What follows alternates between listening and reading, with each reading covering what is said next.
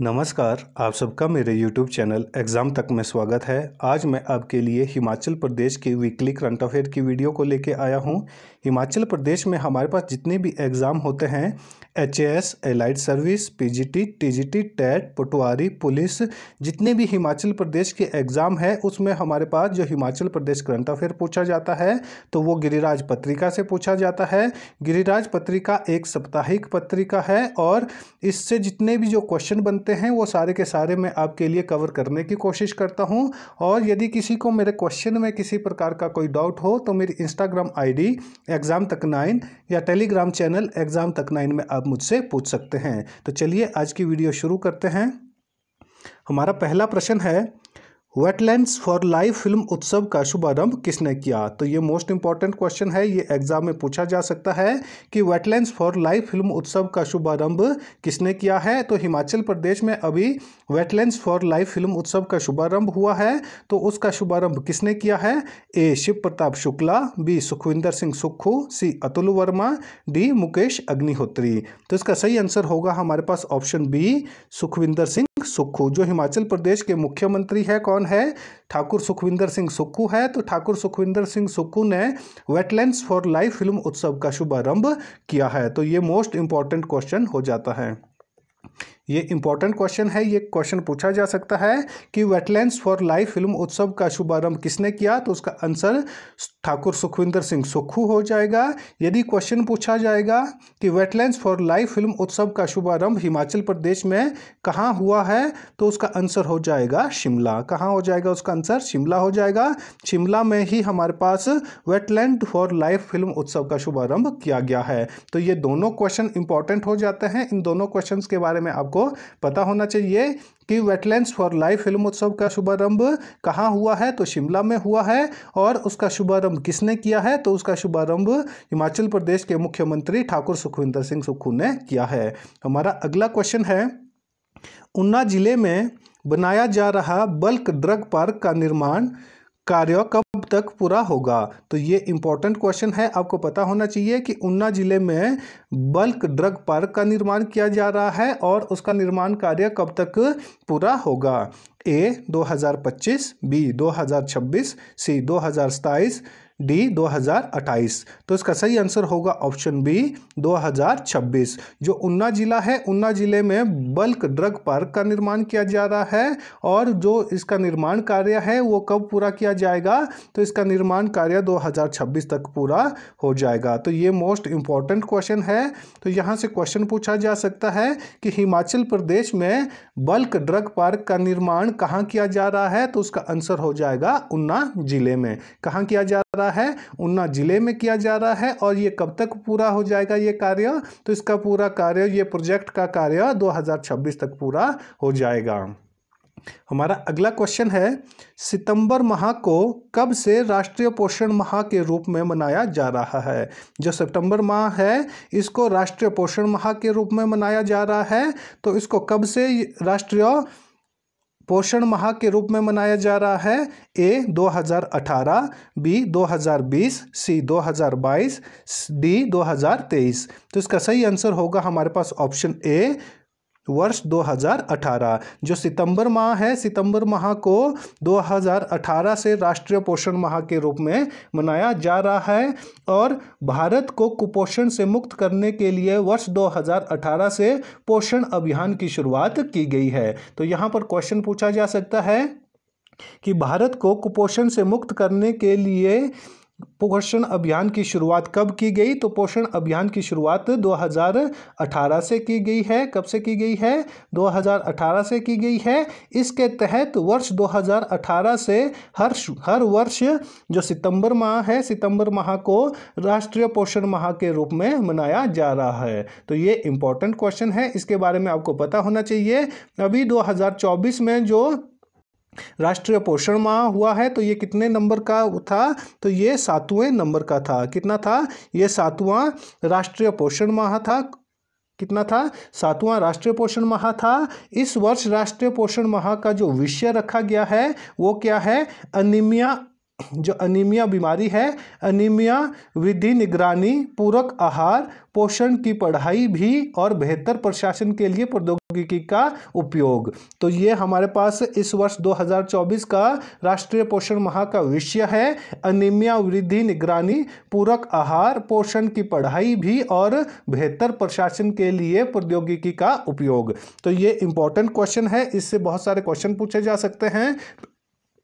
पहला क्वेश्चन पूछा जा सकता है कि राष्ट्रीय पोषण माह के रूप में किस माह को मनाया जाता है, तो वो उसका आंसर हो जाएगा सितंबर माह को। और इसकी शुरुआत कब की गई थी? इसकी शुरुआत 2018 से की गई थी और अभी 2024 में कितने नंबर का था ये 7वें नंबर का है। और जो पोषण अभियान की शुरुआत है ये भी पूछा जा सकता है, तो उसकी शुरुआत भी 2018 में ही की गई है। तो ये मोस्ट इंपॉर्टेंट क्वेश्चन हो जाता है, ये क्वेश्चन आपके एग्जाम में पूछा जा सकता है। हमारा अगला क्वेश्चन है, हिमाचल प्रदेश में कहाँ पर नो हॉर्न अभियान चलाया गया है? तो ये भी इंपॉर्टेंट क्वेश्चन है कि हिमाचल प्रदेश में अभी हाल ही में नो हॉर्न अभियान चलाया जा रहा है, तो वो कहाँ पर चलाया गया है?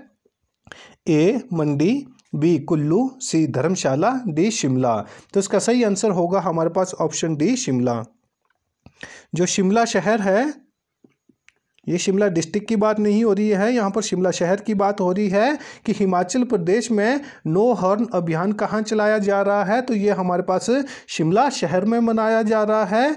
और शिमला शहर में ध्वनि प्रदूषण को कम करने के लिए नो हॉर्न अभियान को चलाया जा रहा है। तो ये आपको पता होना चाहिए कि हिमाचल प्रदेश में कहाँ पर नो हॉर्न अभियान चलाया जा रहा है, तो वो शिमला शहर में चलाया जा रहा है। और क्यों चलाया जा रहा है? क्योंकि जो शिमला शहर है वहाँ पर ध्वनि प्रदूषण बहुत अधिक मात्रा में होता है, तो ध्वनि प्रदूषण को कम करने के लिए नो हॉर्न अभियान चलाया जा रहा है। वह इसके साथ साथ पूरे प्रदेश, जो पूरा हिमाचल प्रदेश है, हिमाचल प्रदेश में भी नो हॉर्न अभियान जागरूकता पुस्तिकाएं बांटी जा रही है। जो नो हॉर्न अभियान है वो शिमला में चलाया जा रहा है, परंतु नो हॉर्न अभियान के तहत पूरे हिमाचल प्रदेश में जो पुस्तिकाएं हैं, नो हॉर्न अभियान जागरूकता पुस्तिकाएं हैं, वो पूरे हिमाचल प्रदेश में बांटी जा रही है। तो ये भी इम्पोर्टेंट क्वेश्चन हो जाता है, ये आपके एग्जाम में पूछा जा सकता है। हमारा अगला क्वेश्चन है, 2024-25 में एक बोतल शराब में कितना गोधन विकास निधि सेस लगाया जा रहा है? तो ये हमारे पास जो नई शराब नीति है उसको शुरू किया गया है, तो उसके तहत 2024-25 में जो एक बोतल शराब की है या प्रत्येक बोतल जो शराब है उस पर कितना गोधन विकास निधि सेस लिया जा रहा है?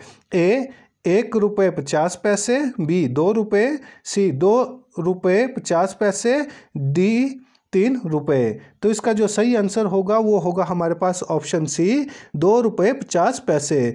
जो हिमाचल प्रदेश है, हिमाचल प्रदेश में जो शराब बिक्री होती है उसमें प्रत्येक बोतल पर गोधन विकास निधि के लिए सेस लिया जाता है, तो वो सेस कितना है? तो वो है 2 रुपये 50 पैसे। तो ये भी हमारे पास इंपॉर्टेंट क्वेश्चन है, इस तरह के क्वेश्चन भी एग्जाम में पूछे जाते हैं। हिमाचल प्रदेश में नई शराब नीति 1 अप्रैल 2024 से शुरू की गई थी। कब शुरू की गई थी? 1 अप्रैल 2024 से शुरू की गई थी। और इसमें ही हमारे पास राज्य कर एवं आबकारी विभाग, जो हमारे पास टैक्स विभाग है, उसके द्वारा एक बोतल शराब पर 2021-22 में 2021 और 22 में कितने रुपए लिया जाता था? तो उस समय हमारे पास 1.5 रुपये लिया जाता था, 1 रुपये 50 पैसे लिए जाते थे। जबकि 2022-23 और 24-25 तक ये जो रुपया कितना लिया जा रहा है? 2 रुपये 50 पैसे लिया जा रहा है। और किस चीज़ के लिए लिया जा रहा है? गोधन विकास निधि सेस के रूप में इसको लिया जा रहा है। और यदि कोई शराब को अधिक रेटों के मामला है कि कोई जो डीलर है या जो डिस्ट्रीब्यूटर है वो शराब को अधिक रेटों पर बेच रहा है, तो सरकार के द्वारा उसके लिए पेनल्टी के रूप में कितना रुपया लिया जाएगा? 1 लाख रुपया लिया जाएगा। कितना रुपया लिया जाएगा? 1 लाख रुपया उससे लिया जाएगा। तो ये भी आपको पता होना चाहिए। तो यहाँ से कितने क्वेश्चन बन गए? पहला क्वेश्चन तो यही बन गया कि 2024-25 में एक बोतल शराब में कितना गोधन विकास निधि सेस लिया जा रहा है, तो वो 2 रुपये 50 पैसे लिया जा रहा है। और 2020-21 में ये कितना, 2021-22 में ये कितना था, 1 रुपये 50 पैसे था। ये क्वेश्चन पूछा जा सकता है कि 2021-22 में ये 1 रुपये 50 पैसे था और 2024-25 में ये बढ़ाकर कितना कर दिया गया है, तो ये बढ़ाकर 2 रुपये 50 पैसे कर लिया गया है। और यदि कोई शराब को अधिक मात्रा में या अधिक रेटों पर बेचता है तो उसके लिए सरकार के द्वारा कितने पेनल्टी या कितने रुपए का जुर्माना लगाया जाएगा, तो उसे 1 लाख रुपए का जुर्माना लगाया जाएगा। तो ये भी हमारे पास इम्पोर्टेंट क्वेश्चन हो जाता है। हमारा अगला क्वेश्चन है, शिमला में प्रसिद्ध रूसी कलाकार निकोलस रोरिक की 150वीं जयंती के अवसर पर मास्टर्स यूनिवर्स प्रदर्शनी का शुभारंभ किया गया है। तो इसका शुभारंभ किसने किया है? A Anupam Kashyap, B Mukesh Agnihotri, C Shiv Pratap Shukla, D Sukhvinder Singh Sukhu. तो इसका सही आंसर होगा हमारे पास option B, option D, Sukhvinder Singh Sukhu. जो हिमाचल प्रदेश के मुख्यमंत्री सुखविंदर सिंह सुक्खू है, इन्होंने ही शिमला में प्रसिद्ध यूनानी कलाकार जो निकोलस रोरिक थे, उनकी 150वीं जयंती के अवसर पर मास्टर्स यूनिवर्स प्रदर्शनी का शुभारंभ किया है। किसने किया है? ठाकुर सुखविंदर सिंह सुक्खू ने किया है। और निकोलस रोरिक के बारे में आपको पता होना चाहिए कि Nicholas Roerich art gallery Himachal Pradesh में कहाँ पर है, तो वो हमारे पास कुल्लू जिले में है। कहाँ पर है? कुल्लू जिले में है। और कुल्लू जिले में कहाँ पर? कुल्लू जिले के नगर में है। कहाँ पर है? कुल्लू जिले में है। यदि जिले की बात की जाएगी तो उसका आंसर हमारे पास कुल्लू हो जाएगा। यदि पूछा जाएगा कि कुल्लू जिले में कहाँ पर है, तो ये कुल्लू जिले के नगर में है। कहाँ पर है? कुल्लू जिले के नगर में है। और जो निकोलस रोरिक थे, ये कहाँ के थे? ये रूस के थे और ये एक रूसी कलाकार थे। और इनके लिए जो हमारे पास आर्ट गैलरी है वो कुल्लू में बनाई गई है। और इनकी 150वीं जयंती के अवसर पर शिमला के कहाँ पर? शिमला के गेयटी थिएटर में मास्टर्स यूनिवर्स प्रदर्शनी का शुभारंभ किया गया है। कहां पर किया गया है? शिमला में किया गया है। और शिमला के कहां पर? शिमला के ये गेयटी थिएटर में शुरू किया गया है। और ये कब तक चलेगा? ये 25 सितंबर 2024 तक चलेगा।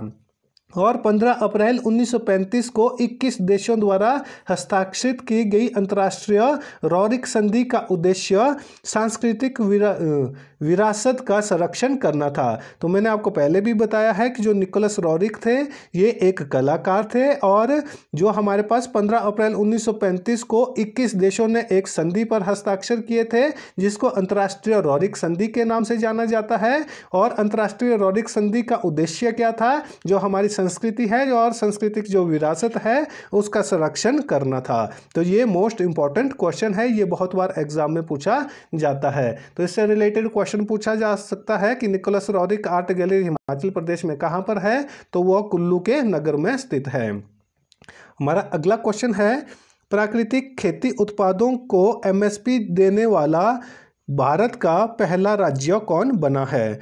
ए पंजाब, बी हरियाणा, सी उत्तर प्रदेश, डी हिमाचल प्रदेश।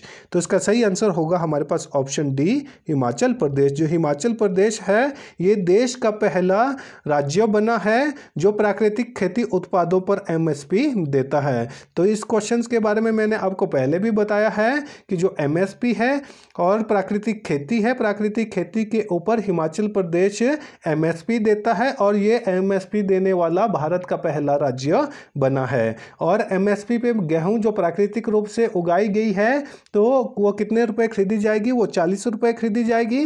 मक्का 30 रुपए में खरीदा जाएगा।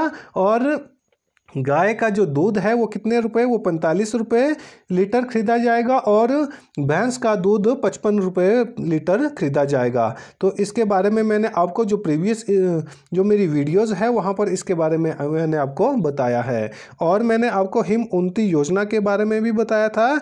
तो जो प्राकृतिक खेती के लिए एमएसपी दिया जा रहा है वो किस योजना के द्वारा दिया जा रहा है?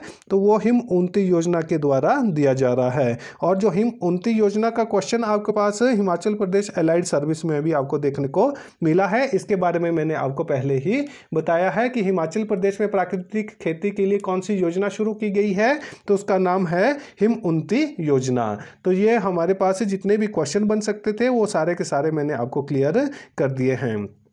और यदि किसी को अभी भी मेरे क्वेश्चन में किसी प्रकार का कोई डाउट हो तो मेरी इंस्टाग्राम आईडी एग्जाम तक 9 या टेलीग्राम चैनल एग्जाम तक 9 में आप मुझसे पूछ सकते हैं। और आज की वीडियो हमारे यहाँ पर ख़त्म होती है। यदि आपको हमारी वीडियो अच्छी लगी हो तो वीडियो को लाइक करें, कमेंट करें और ज़्यादा से ज़्यादा अपने दोस्तों के साथ वीडियो को शेयर करें और हमारे यूट्यूब चैनल एग्जाम तक को सब्सक्राइब करना ना भूलें। धन्यवाद।